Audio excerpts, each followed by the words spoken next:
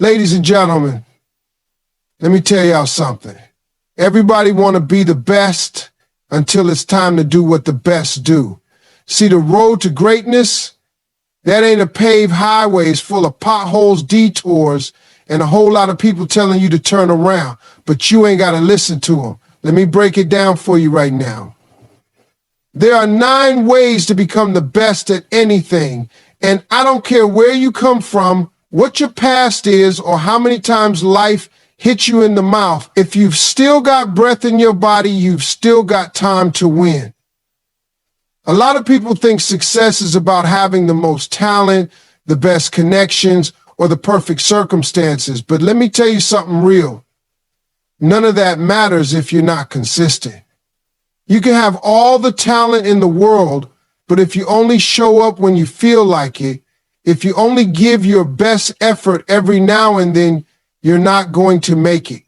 Meanwhile, there's someone out there with half your skill set, half your resources, and 0 excuses, who's outworking you every single day. And guess what? Over time, they're going to pass you because consistency always wins. See, consistency is about doing the right thing over and over, even when you're tired, even when nobody's watching, even when you're not getting instant results. It's waking up early to practice when it would be easier to sleep in. It's studying when everyone else is out partying. It's choosing the grind over comfort. And that right there, that's what separates the average from the extraordinary. You don't become great by doing something once or twice. You become great by doing it so often it becomes second nature. Champions are made in repetition. You think Kobe Bryant got to where he was because of talent alone? Nah. That man practiced more before sunrise than most people did all day. Talent gave him a starting point. Consistency made him a legend. The truth is, talent will get you noticed, but consistency will get you respected. People might clap for you once because you're naturally gifted, but they'll follow you when they see that you keep showing up, keep putting in the work, and keep delivering results day in and day out. Consistency builds trust, it builds momentum, and over time it builds greatness. And here's the thing, consistency isn't about being perfect. It's about not quitting. It's about showing up even when you don't feel like it, even when you're discouraged, even when you're not sure it's working. Because success doesn't come from doing big things once. It comes from doing small things repeatedly over time. Those little habits, those daily choices, they add up. That's the compound effect of consistency. Too many people quit too early because they expect overnight results. They want to see success on day 5 of doing what successful people have done for 5 years. But the best, they understand that the results always show up later. The seed you plant today won't bear fruit tomorrow, but if you keep watering it, keep showing up and stay consistent, it's going to grow. It has to. So if you want to be the best at anything, don't just ask yourself, am I talented enough? Ask yourself, am I consistent enough? Because talent is potential, but consistency, that's the proof. And the ones who win in the end, they're not always the most gifted. They're the ones who kept going when others stopped. Everything you achieve in life starts with your mindset. It's not your situation, your background, or your connections. It's how you think that shapes where you go. The truth is, your mind can either be your greatest weapon or your biggest enemy. You can be the most talented, most prepared, most gifted person in the room, but if your mind is full of doubt, fear, negativity, you will talk yourself out of opportunities before they even have a chance to reach you. That's why protecting your mindset isn't optional, it's survival. The world is full of distractions and noise. Every time you turn on your phone or scroll through social media, somebody's out there living a life that looks better than yours. And if you're not careful, you'll start measuring your worth by someone else's highlight reel. You'll start doubting your journey because it doesn't look like theirs. But your mind has to be trained to focus forward, not sideways. You have to guard your thoughts like a gate, because not everything deserves space in your head. Negative voices, shut them out. People who drain your energy, distance yourself. Doubt? Speak louder than it. What you feed your mind every day becomes the foundation of your belief system. If all you feed it is fear and limitation, that's exactly what you'll act on. But if you fill it with faith, discipline, and possibility, you'll start moving like someone who believes they were born to win. Mindset is not some motivational quote you post on a Monday. It's a daily commitment to focus on what's possible, even when everything around you tells you otherwise. And here's the thing most people don't realize. Your mind listens to everything you say. So when you speak about yourself, when you say, I'm not good enough, or I'll never make it, you're programming your brain to make that your truth. But when you say, I've got this, I'm built for this, I'm still learning, but I'm not stopping, that becomes your reality. You have to speak life into yourself. You have to become your own hype man. There will always be critics. There will always be doubters. But if your own voice becomes one of them, that's when you've got a problem. The best of the best don't just master their craft, they master their mind. They talk to themselves differently. They don't get shaken by temporary losses. They don't get thrown off by other people's opinions. They stay rooted in their belief that they're built for more. So protect your mindset like it's your life, because in a way it is. You can't control everything that happens to you, but you can always control how you respond. You can choose what you focus on, what you speak, what you believe, and what you allow in. And when your mind is aligned with your mission, there's not a single obstacle that can stop you for long. Success doesn't come to the most comfortable, it comes to the most committed. In every room you walk into, every field you step into, there's always going to be someone smarter, more experienced, more naturally talented. That's just life. But the one thing that will always set you apart, the one thing no one can take from you, is your work ethic. If you're willing to outwork everybody in the room, you don't have to be the most gifted. You just have to be the most driven. And that drive, that's what gets noticed. That's what opens doors. That's what turns average into great. When you decide you're going to be the one who stays later, who shows up earlier, who prepares longer, who digs deeper, you automatically put yourself in a league most people aren't willing to enter. Because people talk about success like it's a dream, but the best treat it like a job. They don't wait to feel motivated. They get up and do it whether they feel like it or not.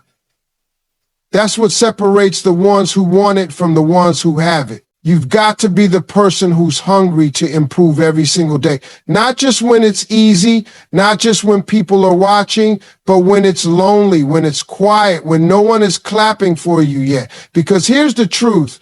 Most people want the spotlight, but they're not willing to sweat in the shadows. You've got to be okay with doing the hard, unglamorous, repetitive work that no one sees. That's where greatness is built. And don't be fooled, hard work doesn't always mean exhaustion. It means focus. It means sacrifice.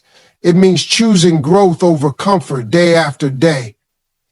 You'll miss some fun. You'll say no to distractions. You'll look crazy to people who don't understand your grind.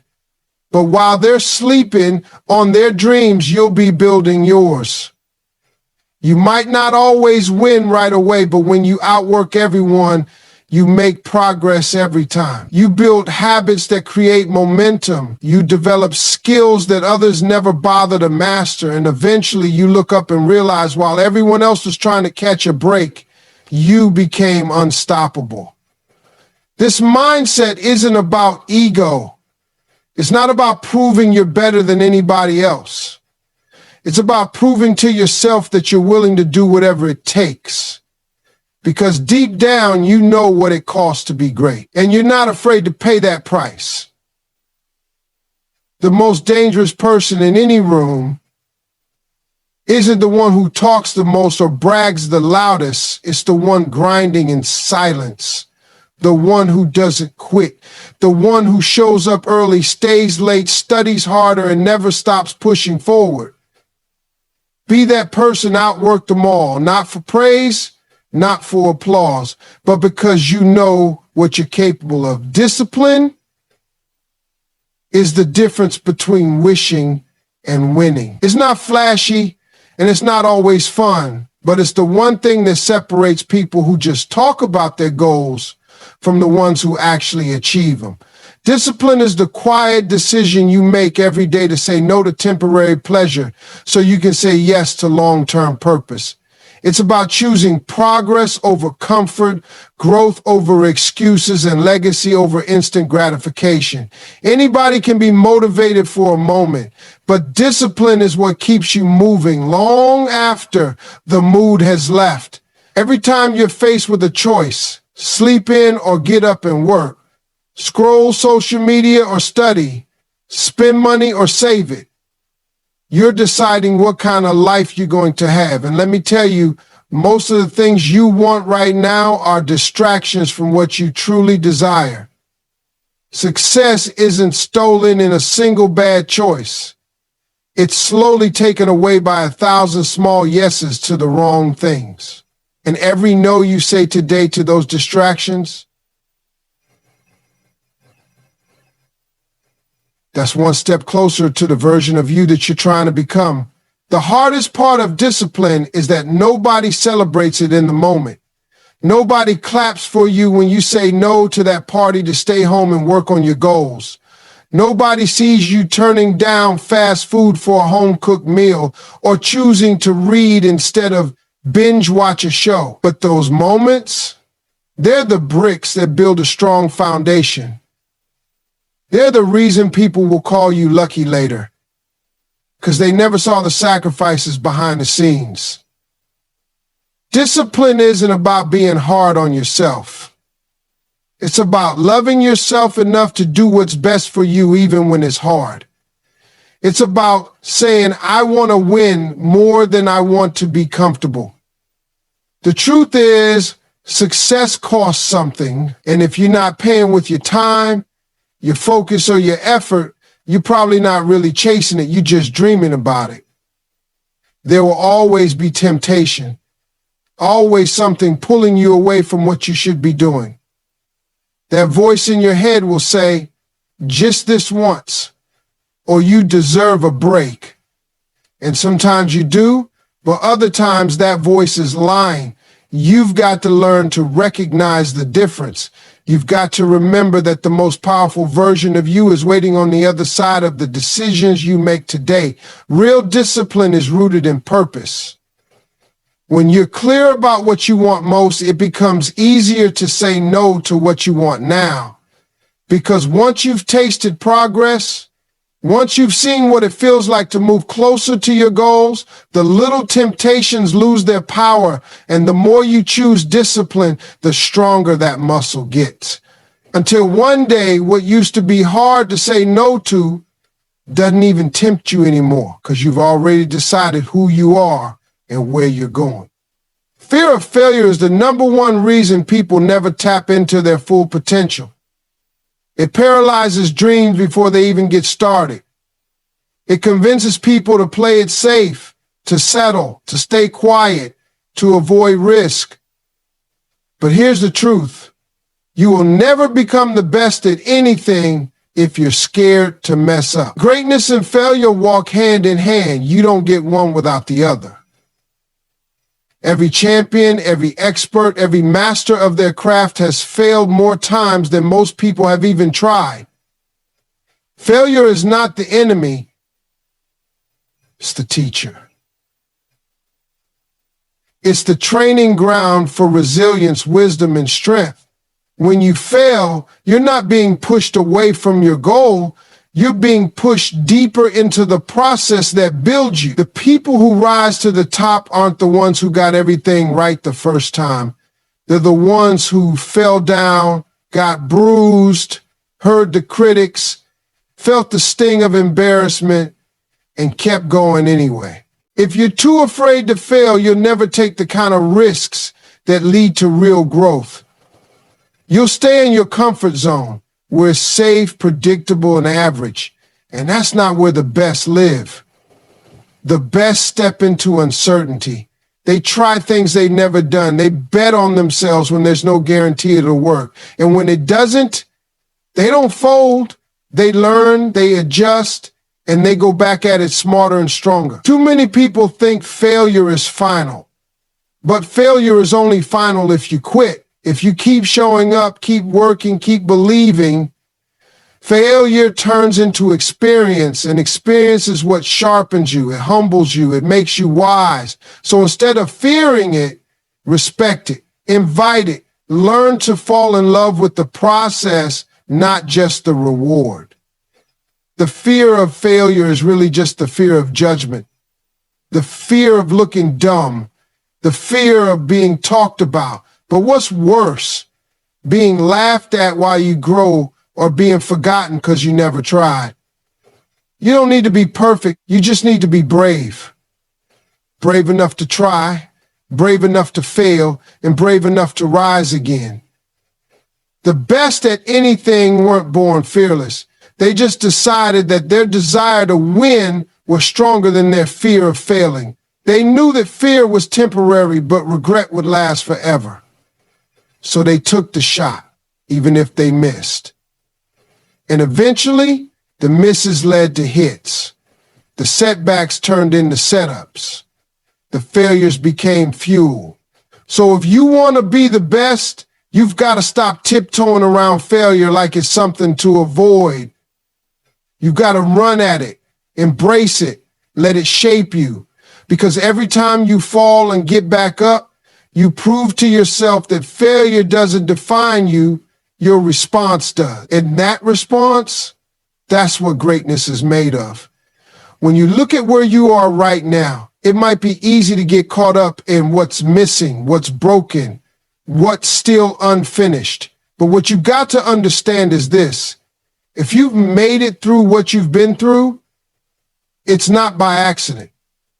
You didn't survive all those setbacks, losses, heartbreaks, and doubts just to end up living an average, watered-down version of your potential. God didn't bring you this far through all that mess, through all those late nights and silent battles, just to leave you stuck in the middle. You were brought this far because there's more for you. Average is not your destiny.